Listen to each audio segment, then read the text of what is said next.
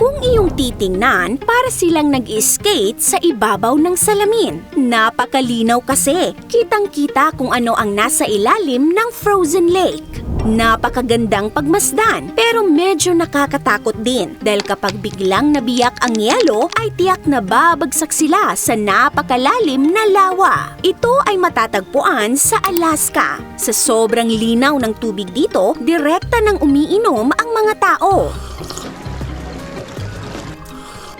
At sa sobrang lamig, nagyelo na ang buhok at pilikmata ni ate. Napakaganda rin ng kanilang landscapes. Merong mga ice cave.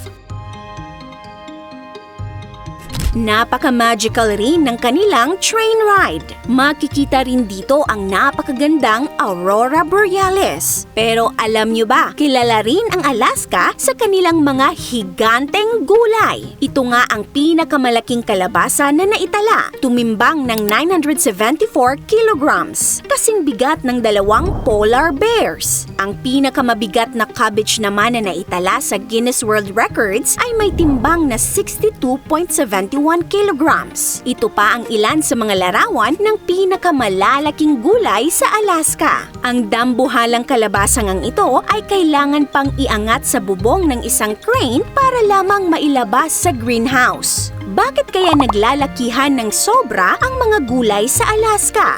Ang Alaska ay ang pinakamalaking state sa US in terms of land area. Taon-taon ay ginaganap sa syudad ng Palmer ang Alaska State Fair. Dito nangyayari ang contest sa pinakamalalaking gulay sa buong Alaska. Dito binibida ng mga farmers ang kanilang entry ng mga giant gulay. Sa sobrang lalaki, hindi ito kayang buhatin ng iisang tao lang. Noong 2024, ang nanalo sa pinakamalaking kalabasa ay ito, ang kalabasa ni Dale Marshall. At sa cabbage category naman, ang giant cabbage ni Scott Robb ang nanalo. Nasa 44 kilograms ang timbang nito. Lumalaki ng sobra ang mga gulay sa Alaska dahil dito. Araw, meron lamang maikling growing season ang Alaska. Nasa 3 to 4 months lang kasi ang kanilang summer season. Pero sa mga panahong ito, napakahaba ng oras na tirik ang araw sa kanila. May mga lugar pa nga sa Alaska na umaabot ng hanggang 24 hours na hindi lumulubog ang araw. Kahit madaling araw ay maliwanag pa. Ang phenomenon na ito ay tinatawag na midnight sun. Ang axis kasi ng Earth ay nakatagilid ng 23.5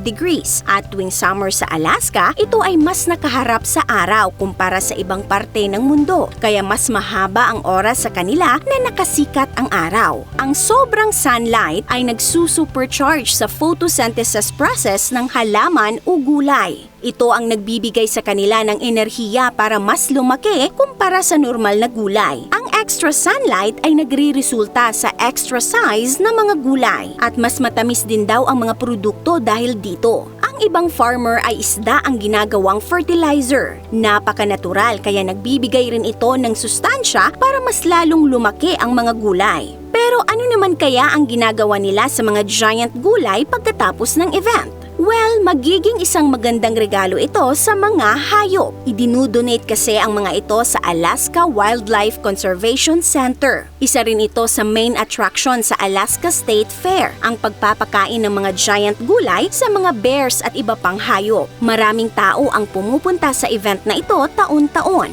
Binubutasan nila ang mga gulay at nilalagyan ng preservative para mas lalo daw ganahan ang mga hayop na kainin ito. Kung nagustuhan ninyo ang content natin today, mag-comment ng yes. This is your Ate O from Our Republic. Hanggang sa muli and stay awesome!